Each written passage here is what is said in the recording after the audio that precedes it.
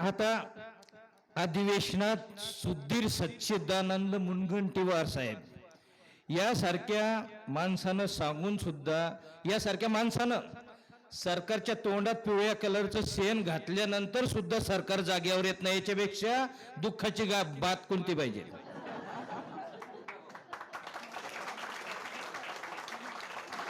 हे सरकार किती फसवं आहे मी एका मिनिटात सांगतो. यायनं ज्यावेळेस राज्य लुटायसाठी सरकार स्थापन केलं, उभे राहिले, त्यावेळेस शेतकऱ्याच्या आज्याच्या आजीच्या मायच्या बापाच्या शेतकऱ्याच्या लेकरायच्या शेतकऱ्याच्या पाया पडून मताची भीक मागितली आणि सांगितलं वचननाम्यात की आम्ही 7-12 कोरा करू. केला नाही. त्याच्यानंतर बच्चू कडून राजू शेट्टी साहेबांना अनेक शेतकरी नेत्यानं आंदोलन केलं की बा त्यावेळेस सांगितलं की 2 लाखाचं कर्ज माफ करू. मग तिसऱ्यानं माझ्यासारख्या शेतकऱ्यांना सांगितलं की फडणवीस साहेब तुम्हाला पहिलंच आमच्या भागात देवेंद्र निकस म्हणतात, कारण तुम्ही पहिल्या कर्जमाफीत बरेच निकष लावले म्हणून तुमचं आडनाव आता बदलून घेऊ नका. तुम्ही जर 2 लाखाची कर्जमाफी केली तर त्याच्यात निकष लावू नका. मी अनेक भाषणात सांगितलं होतं. त्याच्यानंतर चौथ्यांदा यायनं तरी असे निकष लावले की 2019च्या महात्मा फुले शेतकरी कर्जमाफीत ज्याला लाभ झाला त्याला 90, म्हणजे ज्याला लाभ झाला त्याला 50,000. लाभ किती जणांना झाला? 90%.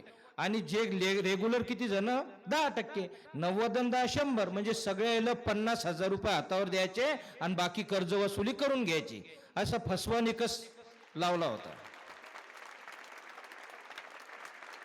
आता हे निकष रद्द करायसाठी रोहितदादा पवार आणि आमचे रविकांत भाऊ तुपकर यानं अन्न त्याग आंदोलन केलं. त्यावेळेस तो कोणता मंत्री आपला इन करून हिंडतो तो मंत्री आमचे महाजन, त्यानं सांगितलं की अधिवेशन सुरू व्हायच्या आधी मीटिंग घेतो आणि ही अट काढून टाकतो. तरी काढली नाही. अधिवेशनात सुधीर मुनगंटीवार, बच्चू कडू, अंबादास दानवे सारख्या अनेक नेते यायच्या, अभ्यासपूर्ण नेते यायनं सांगितलं की बा कर्जमाफी केल्यानंतर किती लोकांना फायदा होतो आणि किती शेतकऱ्याचं नुकसान आहे हे सांगितल्यानंतर सुद्धा मुख्यमंत्र्याला काहीच गम नाही. बम सुधरा लागला गडी, काहीच घेणं नाही. आता सुनेत्राताई अजितदादाचं दुःख धरून बसल्या. आपले मुख्यमंत्री फक्त संत्री खातात नागपूरचे, त्याला बाकी शेतीचं घेणं नाही. आणि हे शिंदे साहेब जसं लांडगं फक्त शेळ्यान भोकडे पाहतय तसे फक्त आमदार खासदार पळून न्यायच्या कामी.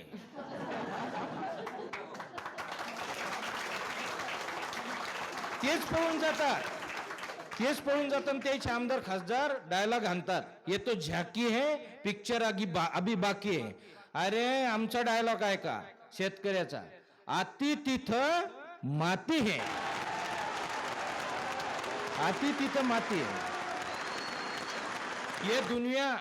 ये दुनिया गोल है साहब, यहाँ अच्छा करोगे तो रिटर्न अच्छा आएगा और यहाँ बुरा करोगे तो रिटर्न बुरा आएगा. ये हमारी अध्यात्म की ख्याति है. झाकीन बाकी छोड़ो. ही आमची अध्यात्माची ख्याती आहे. आता त्या तुम्ही मत मागताना सगळ्याच्या पाया पडले, पण शेतकरी सज्जनाला माझं सांगणं आहे, आता आंदोलन कसं करायचं? नागपूर, पुणे, मुंबई कुठंच जायचं नाही. आपल्या मतदारसंघातच राहायचं. आपल्या मतदारसंघातला जो आमदार सत्तेतला जो मंत्री हे आमदार हे त्याच्या घरापुढे जायचं. आणि आता अन्न त्याग आंदोलन करायचं नाही तर भाकरी खाऊन करायचं.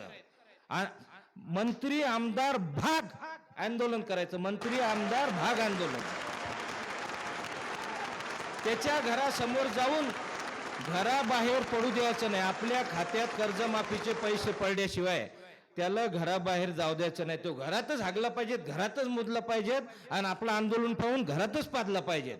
आपली माफी होईपर्यंत त्याला घराबाहेर जाऊ द्यायचं नाही, असं आंदोलन करायचं. कारण त्याच्याशिवाय हे फसवं सरकारला फक्त 2029 आणायचं. पुन्हा कर्जमाफीचं नाटक करून पुन्हा 2029चं सरकार आणायचं एवढाच याचा मुद्दा आहे.